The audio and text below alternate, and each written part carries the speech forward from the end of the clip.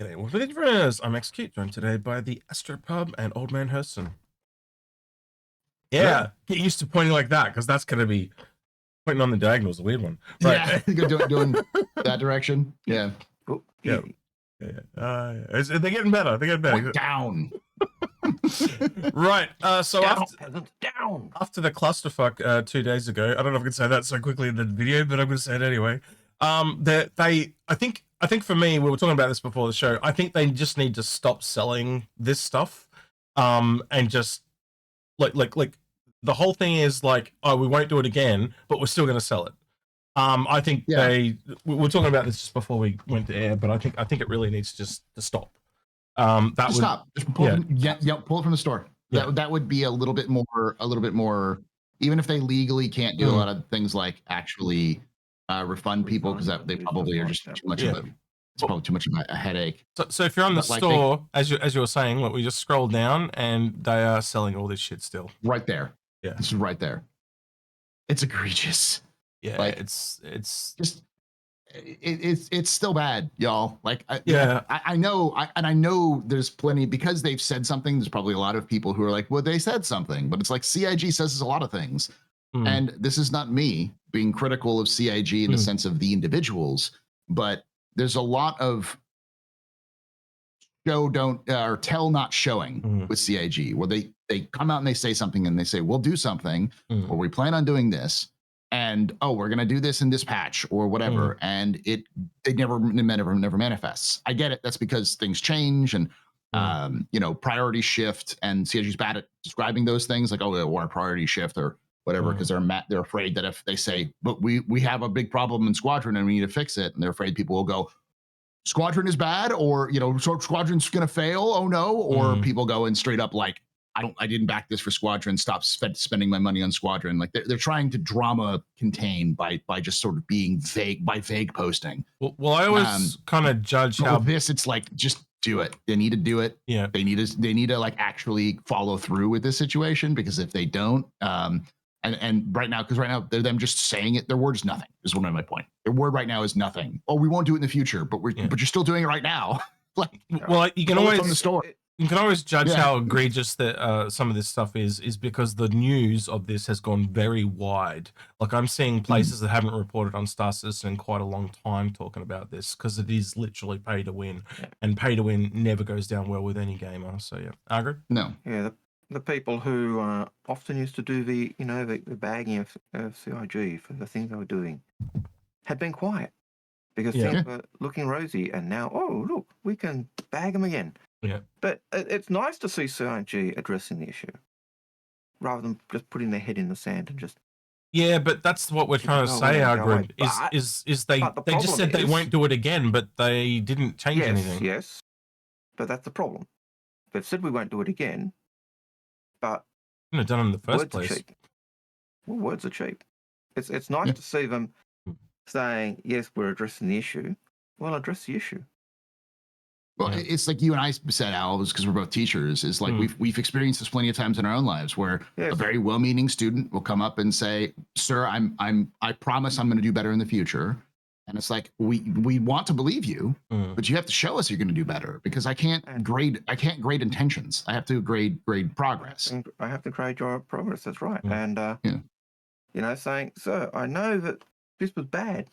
I won't do it again. Yes, but you're still doing it. Yeah. You're literally doing it right now, in front of my face. What, sir? Doing what, sir? Yeah, it really is. It really does feel a bit like that. Right. So the Apollo Medivac and the triage. This will probably be one of the last couple of times to actually pick this up before it increases. Actually, wouldn't it? I'd maybe after IAE. I don't know if it's coming this year. Let's be honest. But if it'll they usually do a big sale for CitizenCon as well, typically, with some of these ships going on sale. More likely AIE is when you'll see this again. But the thing is, like, is this going to come out at AIE, or is it going to come out, like, if it comes out after AIE, then it might be around Invictus next year. But you get my point, right? This is going to be one of the last times to pick this up before it goes up in price. I will inject a little bit of like the news with this, because we do know that it's being actively worked on by CIG and it's in gray box state. But both the medical areas and the both medical areas and the cockpit have been gone back to concept. So like they're reconcepting some of those sections of the ship. So it could mean that it's coming out by IAE. It could also push it back a little bit further. So I wouldn't be surprised if Invictus, which I think you're right. It's either this one. This year is the last year to get it at this price. It's going to go up in price. Yeah, that I think we can all agree on. It's now less than a year away. Yeah. Right. Yeah. Moving on to the Aurora. Okay, we've only got the one Aurora, which is the LN, because obviously that's the more combat focused one. Algared, you are a big RSI aficionado, so I'll let you tell us sell us on this one, bro. It's the best Aurora of a lot of them. It's got the better missile mount. That's about the only thing that cuts it apart from the leather seats. What are you talking about? No, no, I can't even say it with a straight face. But that's about it. It's tanky, but it's an Aurora.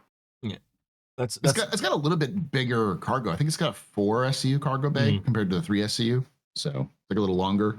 Yeah, probably not the best starter anymore, but it was the first. Right. Well, I as I've talked about in my own video that I'm going to plug a little bit because I'm doing my own ship reviewer videos. The Aurora is the best all-arounder for the cheapest of the cheap. Yeah. But like, there's no reason to get an LN over like an Avenger. It's just better. Yeah.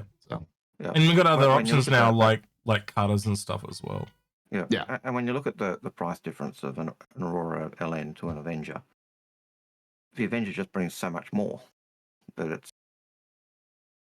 Yeah, it's $15, but it's like $15 to get you a significantly better ship. So it's hard to say hard to be like, oh, you just got a starter pack, you upgrade to the L. No, no. Yeah. Oh, Orange Cat. Yes, this is side is turned up. Right. We've got the Constellations, the original, the Andromeda, which I still think is the best. Polaris, Aquila, and Phoenix. I'm surprised is there. Is it hull limited? That's a really good question. question. Did they remove the hull limited? Thought that'd be a good question. Limited stock. It's still available though. Okay. Yeah. 350. Holy shit, that's a hard pill to swallow. I would not buy it for that, but you know. Nope. It's crazy that a Starfarer and a Starfarer Gemini is cheaper than a Phoenix. Anyway, Star Lancer. I think it's around the same price as a Star Lancer. Actually, a Star Lancer TAC is $20 cheaper. One of the reasons why Phoenix was so exorbitantly priced, though, was because of all the extra stuff it was supposed to have. Mm-hmm. It does have the PDCs. It does now have its PDC, which is nice, but it was supposed to have larger, bigger weapons, larger power plant. So much stuff, bigger engines, all the other stuff, and that just got whittled away. But it was supposed to be, and it was supposed to be the most heavily armored, and back in the day, that the luxury version or the most expensive version was the military focused / best of the best, and that's what the Phoenix was originally sold as, and it's not supposed to have more size 2 missiles than the Andromeda. Right, let's talk about all of them, not just the Phoenix. So, I personally think the Andromeda is probably the best balanced one. The Aquila, I think, personally, will come along at a later date. I think we need more exploration science gameplay for that one. Phoenix, as Algared just said, I'm going to leave that kind of for now. And the Taurus, I think, is probably the best in game right now. I don't know if you guys. Taurus is 100%. It's one of the better haulers in the game. Though I will say I would struggle to recommend any of these for their prices because of their availability in game. Yeah. Because like you can everything. I don't know if you can get the Phoenix in game, but all of them you can buy in game for a pretty reasonable amount of money. I think the Phoenix is the only one you can't because it's limited. Yeah. But yeah, they're all pretty good in different ways. But the Phoenix is the most questionable one. And again, if you wanted luxury, I think you could go elsewhere. I think this one. Just before you do go on, with the Andromeda, as you said, is the best all-rounder. Taurus, you lose your bottom turret for those tractor beams, but other than that, it's got the same armaments and missile loadout as the Andromeda, which makes it the closest to the Andromeda in terms of combat efficiency as well. think this Lynx suffers from the same problem as the Phoenix. Having that luxury moniker, you just give up too much. So for me, if I had to pick, like, I know the Ursa is going to be here somewhere, but I'd be just picking up a standard Ursa personally, unless you're really doing that role play. That's the only thing I can really think. But it's an earning game for me. The Lynx. I think you guys would agree on that. All ground vehicles. That's how they are. Yeah. And, Well, based on the MTZ, why would you get a Lynx? Yeah. So the Mantis, we've also got a report now coming out of the Beijing or Chinese bastards. What am I saying? Yeah. They might as well be a CitizenCon. They're huge. I'm too damn goddamn tired to be doing this shit. I've also been corrected that it's Shanghai. It was Shanghai. I thought it was Shanghai, and then someone said Beijing, so I just started saying Beijing. Yeah, see, I had the same thing happen to me. Where it was like someone said Beijing, I was like, is it Beijing? Because I wasn't paying attention to where it was being held. So long story short, there's another ship coming that'll have the function of the Mantis. So I would be very much cautioning people, if you're getting one of these, you could probably get it as an upgrade, or hold onto it and jump from this to that when it arrives. Because I'd be, well, again, what if they make it smaller and cheaper? So that's the other thing. So I'm just essentially cautioning people, if you're a fan of this, there might be something new and better coming. But $150 is kind of steep. But the reason why it's so steep is it's the only vehicle that can do what it does at the moment. So yeah, and it's not for everyone. The Mantis is a lovely ship. Like the design of that ship is really smaller. I'll gush over that. I'm being attacked. I swear. I've been attacked on all sides here, man. Get your ass out of my face. What are you doing? Lie down. It's because you're not paying attention to her. Yeah, she is. She does want attention. That's what it is. Right. Okay. The Perseus. So I think we'd agree this is probably the last time you can pick up this one. I know we said that earlier. Certainly. This is the last one. There's no way this doesn't come out in between CitizenCon and IAE. This is coming out in one of those two events. Yeah, great ship, but not such a great price. If you can use upgrades to get this down, I know me and Algared got ours for around about $300, and that's about where I actually think this should be. It's similar in size to things like the Starfarer and the Caterpillar, but it's just got that combat and cool factor tax that basically just is elevate. It's double the price of what it should be. Essentially, just smash that out of the park. Yeah. There's the rumor that the guns are going up to size 8. That was from the Shanghai thing as well. But yes. Take that all with a grain of salt. But it does seem to make a lot of sense.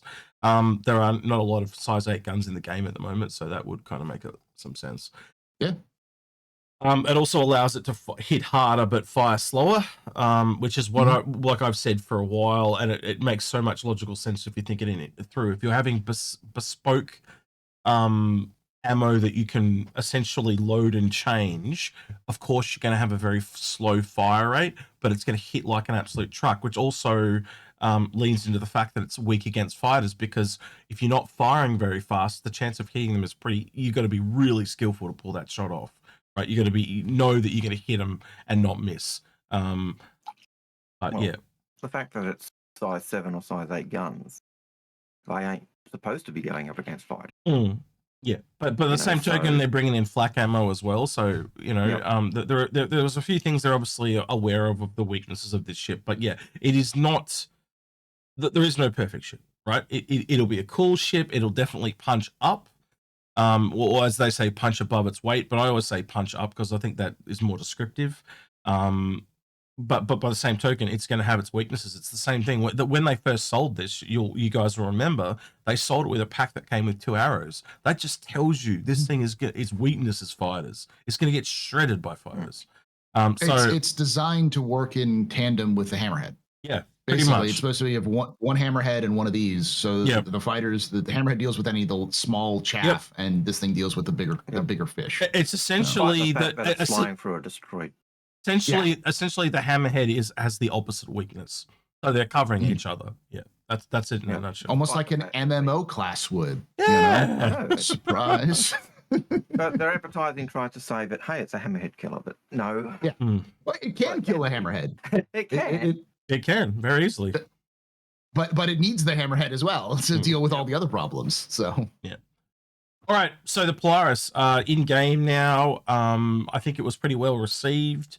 I think torpedo gameplay's got a little bit to go for me personally, till I can really kind of finally sign off on this ship. It's good right now, and instantly, in a funny way, the Idris has come out, and now it's probably not going to be the flavor of the month anymore. But by the same token, I've seen people taking these things in and decimating Idrises. So it's not out of the fight, so to speak. So I'm going to be really interested to see in the next coming months just how many Polarises take on Idrises, because I've seen some pretty funny stuff already. Burke Black, if you guys know who he is, he's a fairly big streamer. He doesn't do a lot of Star Citizen, but he was in a Polaris and he was literally going right at the butt of Idrises and firing like 4 volleys of torpedoes and taking out an entire Idris in 4 volleys. So it's about that 12 torpedoes. It's pretty funny. So if you could, that's what it's designed to do, though. Yeah, like, that's literally it's designed to hunt. It's designed to hunt Idrises. That's what its job is. That's what it's done, and it's doing it well. And you can tell how popular the Polaris is because CIG brought out the torpedo pack for the Idris. Yeah, they did steal a lot of its thunder, and yeah, that's for sure. So yeah. So this one worked. People like this. Let's put it on the Idris and make the Idris do the same job. What are you putting your legs up in the air for? What's wrong with you? Your legs. Anyway. Right. This is the cat episode. Yeah, this is going to be nice. Right. She's gone. Thank God for that. Now I'm just covered in hair. Right. $240 for the Scorpius. There's also that upgrade kit for this for another $30. And you get, so expensive. No. Like realistically, like a gun like that wouldn't be worth $5, let alone 30. It should be in the end of an upgrade route where you work with a company like Foxwell Security that gives you an option to get that as a reward. A mission chain is what you're describing. Yeah, and that's exactly what they should have done with all of them. They should have gone, here, if you own a Scorpius, we're going to give you a special mission chain just so you can go out and do some gameplay and get this. But no, they didn't do that. And that's how I would have done it. So, sorry for super negative, by the way, we're to the people who are watching this. It's just that is the main topic at hand, unfortunately, and you can't run away from the realities of what Star Citizen currently is doing. Yeah, what CIG is currently doing. It would be nice to see mission trains, but actually, I'd be light blade. I'd be really surprised to see how this affects the whole overall sale after this is all said and done. It's going to be very interesting to see in a month or so's time. So, yeah. Right, I believe the Antares. Yep, there. The Antares is there as well. I wonder if you can actually put that turret thing on the Antares. I don't think you can. I'll go check after. Wait, we'll just check right now. We'll do it live. Removed the.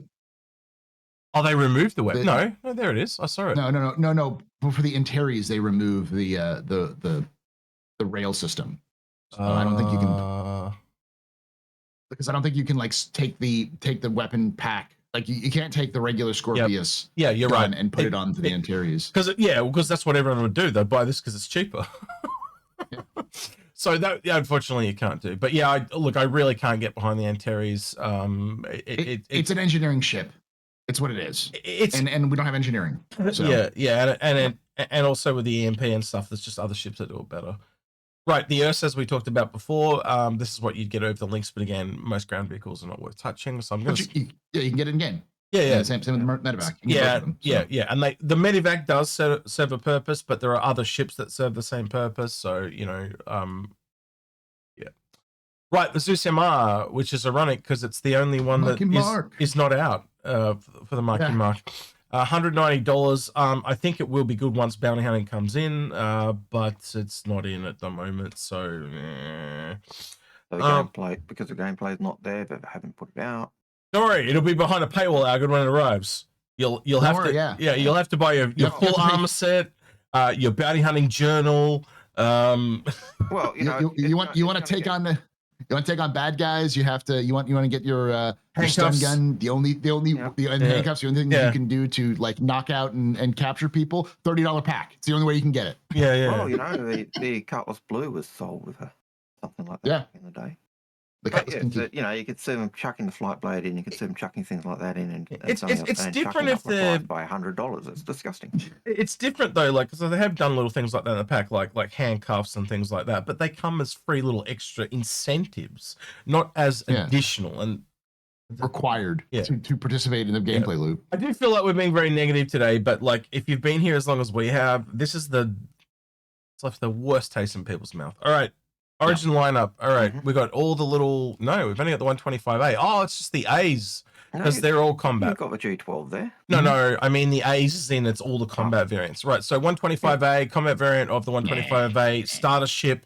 Again, at the price that's at, why wouldn't you just get the one above? Like for literally $5 more, you can get a 300i or a 315p, which I think would be the one out of the Origin lineup we would all recommend. I know us well enough to. Oh yeah.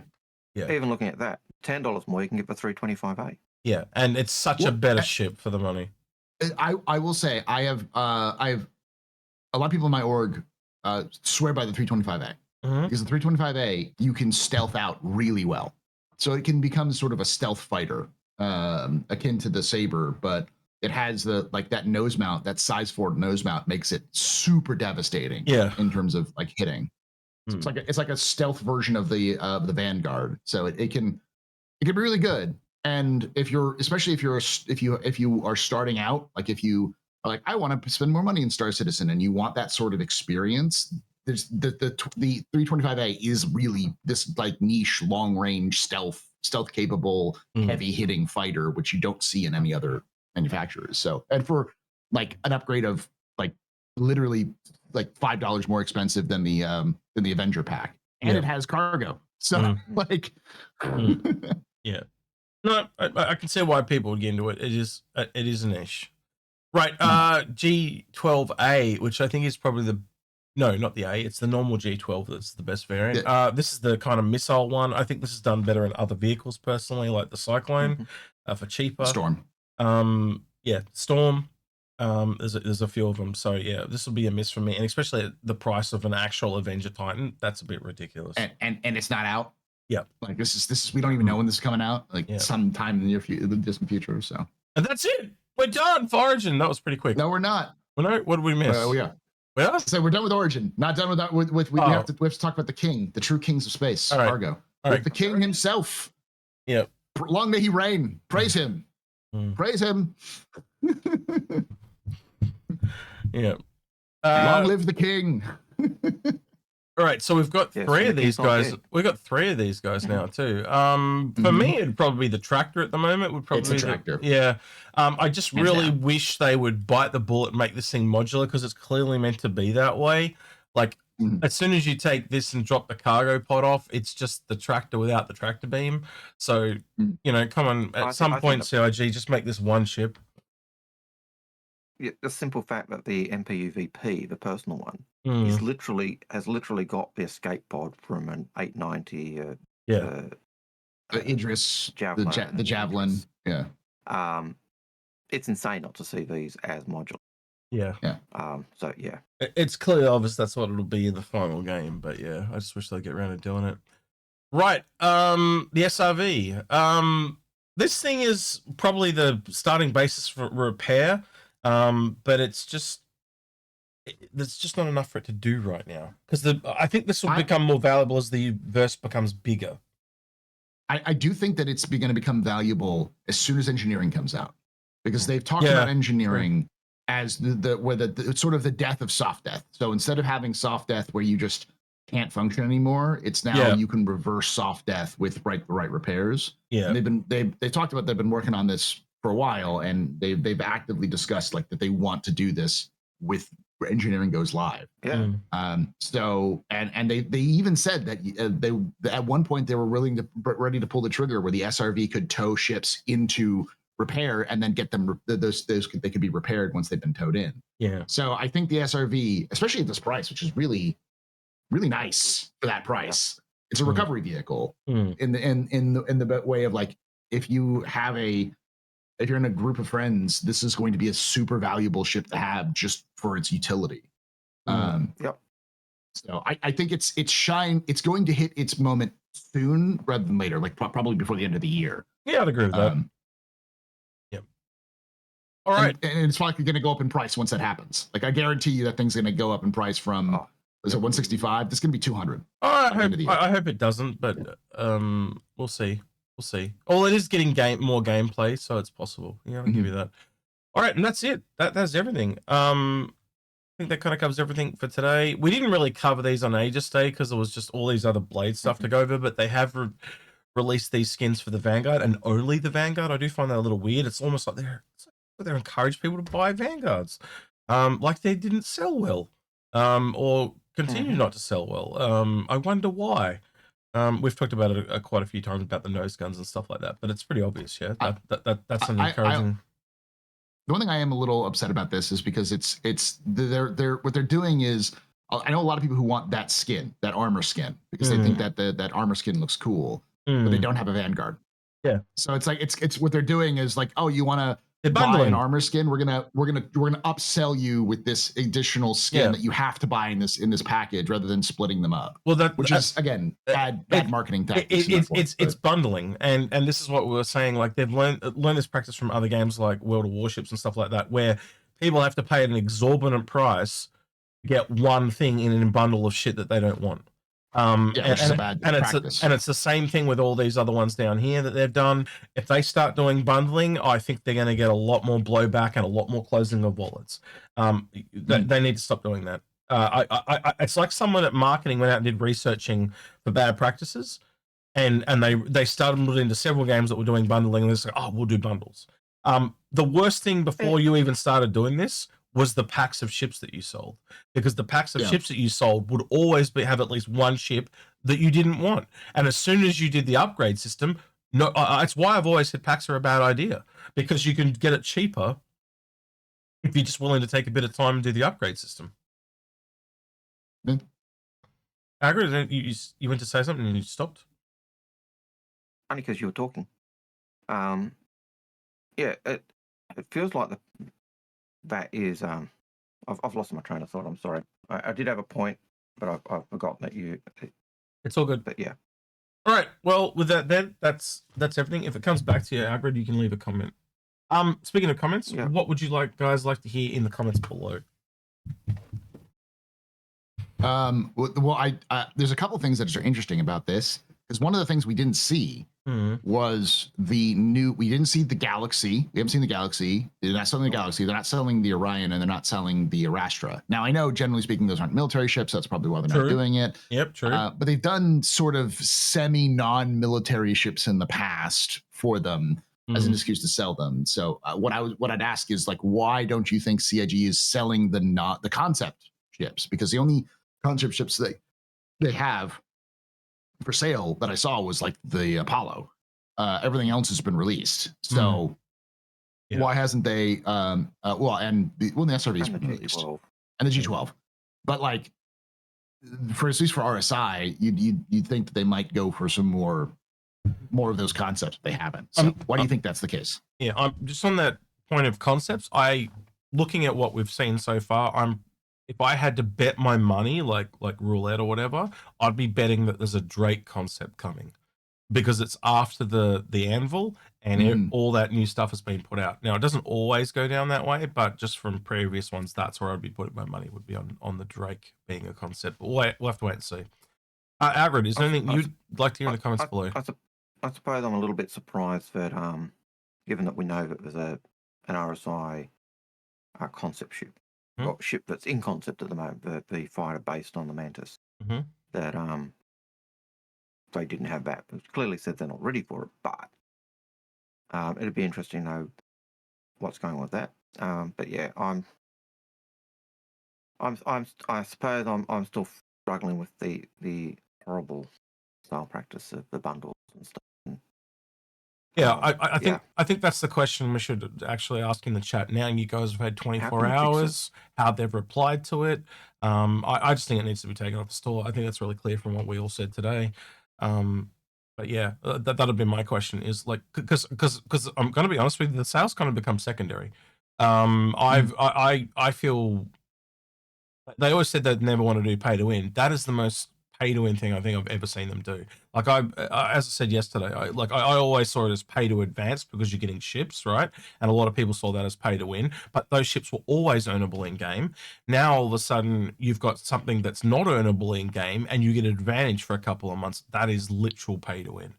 And I do not want to even set the precedence of them doing this all the way into the future, where this item comes out, and if you want that item, like ships, fine, right? I don't have a problem with ship, because ships, you can get another ship that usually does something similar or to that effect. But literally just making it that, you know, Paul has ship A and I have ship A, and Paul has this item that just makes his ship better because he spent money. No, that's haves and have nots, and I don't want that shit. Yeah, I'm not a big fan, and I kind of let this all known yesterday, but I was mad. Like I was mad. I don't know if you could tell, but like Algared will tell you, like I kind of go quiet when I'm mad, so I was kind of like a quiet mad. I don't know if Algared wasn't here yesterday, but like he would have been one of the only people that picked up on it because he's known me long enough. But yeah, I'm with you there. I'm at the silent rage point. Yeah. This is no longer. I'm not like mad in terms of like what are you doing. I'm mad in terms of like I'm